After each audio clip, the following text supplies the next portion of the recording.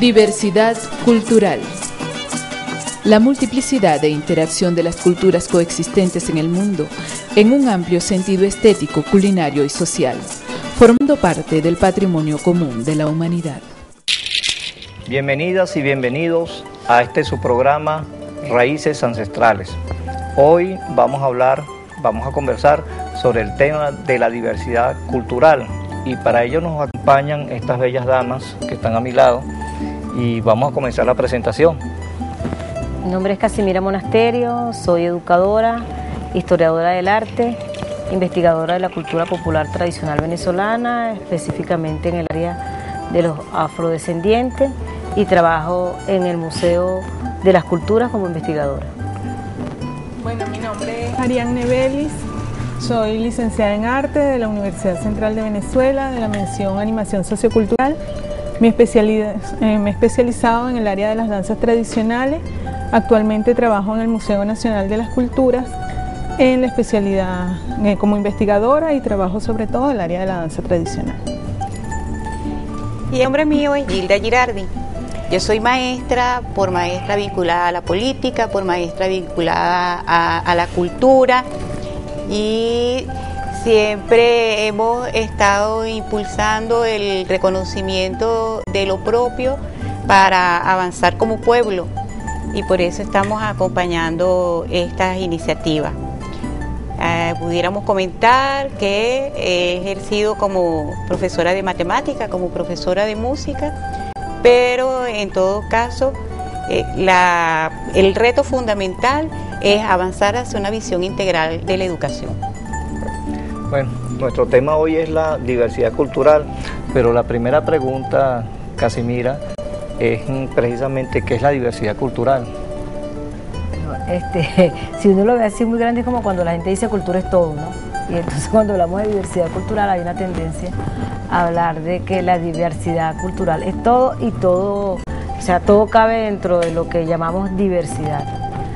Nosotros, si queremos ver el concepto de diversidad mucho más claro y concreto, y desde lo que nosotros en este proceso de refundación del país queremos ver la diversidad cultural, la remitimos específicamente a lo que el preámbulo de la Constitución Nacional nos dice. Es una sociedad multiétnica y pluricultural. Si es multi y pluri, ya es diversa, porque la diversidad es lo que nos hace sentir, entender, comprender, expresar, vivir la diferencia entre unos y otros, no tanto iguales como seres humanos, pero no tiene uno como ser humano por qué dejar de ser uno para parecerse a otro. O sea, en mi caso específico como afrodescendiente, no solamente es un problema fenotípico, no solamente es la textura de mi cabello, el color de mi piel, es también todo un conjunto de manifestaciones, de manera de pensar, de entender el mundo, de relacionarme con mis iguales y de relacionarme con los diferentes. Todo eso implica lo que es la diversidad cultural. Y todo eso está basado, soportado en el respeto de unos con otros. Y para respetar al otro, tengo que reconocerlo como igual. ¿Y tú nos podrías explicar, Ariani, qué es eso de pluricultural? Bueno, tiene que ver con las diferentes formas de ver el mundo, de concebir el mundo, las diferentes formas que tenemos de expresarnos. Por lo general, a nosotros desde la educación básica, desde la infancia, se nos acostumbró a que teníamos una sola cultura en Venezuela, que todos éramos criollos, que todos éramos mestizos, y se ocultó esas diferencias que existen en nuestro país, no solamente como indígenas, como afrodescendientes y como criollos, sino que dentro de los mismos grupos étnicos, indígenas y afrodescendientes, hay variedad. O sea, no podemos hablar de un grupo, sino de múltiples grupos y de múltiples formas de ver el mundo. Y tiene que ver mucho con lo que decía Casimira, que es la importancia de reconocernos y sobre todo respetarnos como seres humanos y como seres diferentes, que cada quien tiene una forma de expresarse y de ver el mundo. Gilda, en el preámbulo de la Constitución de la República Bolivariana de Venezuela empieza de esta manera: el pueblo de Venezuela en ejercicio de sus poderes creadores. ¿Cómo vemos nosotros en la actualidad ese ejercicio de los poderes creadores del pueblo venezolano? Lo primero es el reconocimiento constitucional de que esos poderes creadores existen, porque un poco como lo apuntaba Ariadne, había una visión del mundo y todavía en el resto de los países, en la mayoría de los países, esa visión única intenta imponerse y por lo tanto niega otras formas de expresarse. Los poderes creadores siempre existen donde existe la humanidad, porque eso es parte de las características propias que tenemos como seres humanos. Pero en la medida en que nos han ido fragmentando, se necesita imponer una visión del mundo y por lo tanto niega toda forma de expresión distinta. Por eso, esos poderes creadores los vamos a encontrar en los diversos ambientes, porque vinculando con lo de la diversidad, que a veces pareciera que se trata solamente de hablar o de las poblaciones indígenas o de las poblaciones negras afrodescendientes. Se trata de que todo tipo, donde existe la humanidad, donde existe la población, existe la creación, porque además una de las características propias que tenemos como seres humanos es la posibilidad de transformar nuestra realidad. Muchas veces nos dijeron que lo que nos caracterizaba como seres humanos es que podíamos hablar, y con eso ocultaban de alguna manera nuestra capacidad de transformar la realidad. Ese es el poder creador, solamente que cuando alguien se apropia o un sector de la población se apropia de nuestras creaciones, entonces necesita invisibilizarlas para podernos imponer una forma de hacer las cosas y someternos y asumirlos como natural. Entonces fíjate, partimos de que somos un pueblo diverso, que hay una pluriculturalidad. Entonces fíjate, ¿cuáles son nuestras raíces, verdad? O sea, los pueblos originarios de América, antes de la llegada de los europeos, tuvieron 20.000 años antes, estuvieron acá, pues, o sea, ellos estuvieron antes que de los otros llegaran, 20.000 años. La resistencia, por lo menos, de las etnias y pueblos originarios que estuvieron aquí en lo que hoy llamamos Venezuela,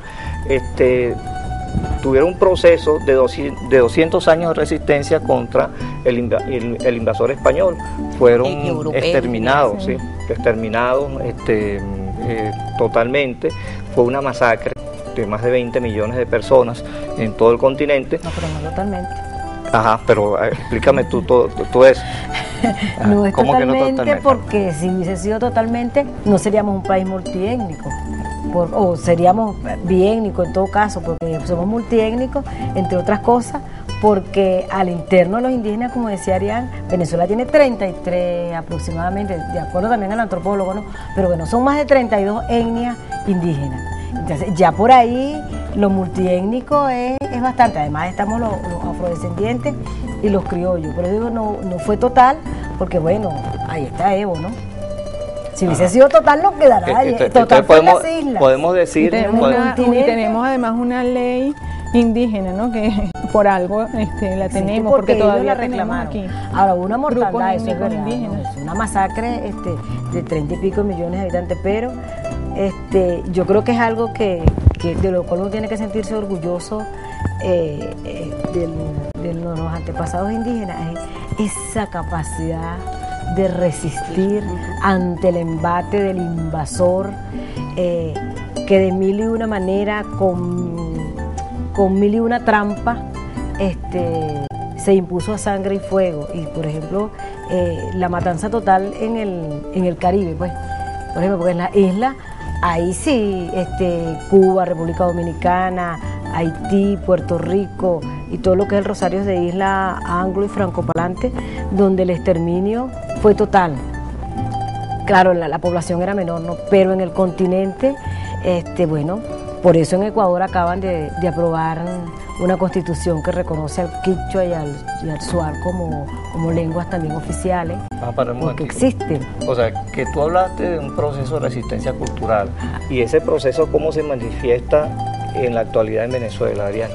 Bueno, mira, se manifiesta de diferentes formas en todo lo que son los procesos culturales, ¿no? No solamente a través de las fiestas, a través de la comida, a través del lenguaje, a través de las formas de organización de las comunidades, porque son comunidades que tienen muchos años y han tenido ellos han tenido sus propias formas de organización, no es solamente las que aparecen reconocidas hoy en día en la Constitución o en la Constitución anterior, ¿okay? No es solamente un Congreso, una república, sino internamente ellos tienen la organización y tienen las diferentes jerarquías, para decirlo de alguna forma, ¿no? Que no es solamente en este momento en los consejos comunales, ellos tienen los consejos de ancianos y tienen otras maneras. Y eso nos da pie para, Gilda, a ver si tú nos puedes explicar qué rasgos han permanecido precisamente de esos de pueblos originarios y luego de los hermanos y hermanas africanas que vinieron, los trajeron acá como esclavos en lo que es nuestra cultura. Bueno, hay muchas maneras de manifestarse que han sido descalificadas por quienes nos querían imponer una forma de ver las cosas. Se me ocurre en primer lugar pensar que siempre nos han hablado de que las venezolanas y los venezolanos somos flojos porque no tenemos espíritu de acumulación.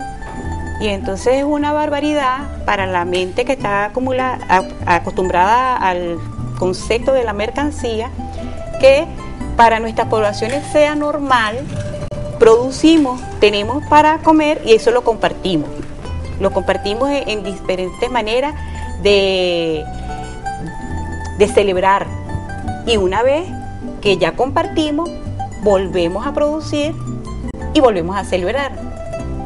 Entonces eso se expresa o es visto por otra gente como una característica de flojera, cuando sencillamente nuestra naturaleza es lo suficientemente generosa como para que podamos vivir de ella y tengamos tiempos de compartir. Y por eso todas esas expresiones culturales son partes de un mismo proceso de creación, de producción y de convivencia. Y eso se mantiene presente. Entonces, para echar, vamos a tratar de hacer como unas conclusiones. O sea, somos un pueblo multiétnico, ¿verdad? Ahí existe la diversidad cultural y existe un factor que es muy importante, que es la resistencia cultural. Nos reconocemos como pueblo a través de un proceso político donde una constitución, la constitución de la República Bolivariana de Venezuela, incluye toda una serie de artículos que nos hablan, que preservan precisamente la esencia del actual venezolano y reconoce precisamente esas raíces. Entonces ya vamos a concluir este primer momento y vamos ahora para la segunda parte de Raíces Ancestrales. Vamos a hablar sobre el árbol de la vida y vamos a ver también cómo nosotros desde nuestra posición, de nuestro papel como maestros y maestras, desarrollamos esa cultura a nivel de la formalidad, o sea, la escuela formal y la escuela de los barrios, de las comunidades. Entonces ya regresamos con Raíces Ancestrales.